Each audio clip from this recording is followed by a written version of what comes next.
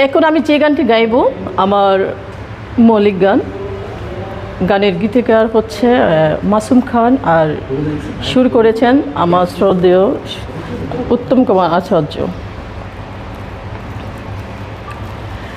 তোমাকে ছাড়া আমি কিছু বুঝি না, তুমি তো জীবন আমার, তুমি তো শেষ ঠিকানা। তোমাকে ছাড়া আমি কিছু বুঝি না, তুমি তো জীবন আমার, তুমি তো শেষ ঠিকানা। তাই তোমাকে এত ভালোবাসি, শুধু তোমার কাছে ছুটে আসি। তোমাকে ছাড়া আমি কিছু বুঝি না,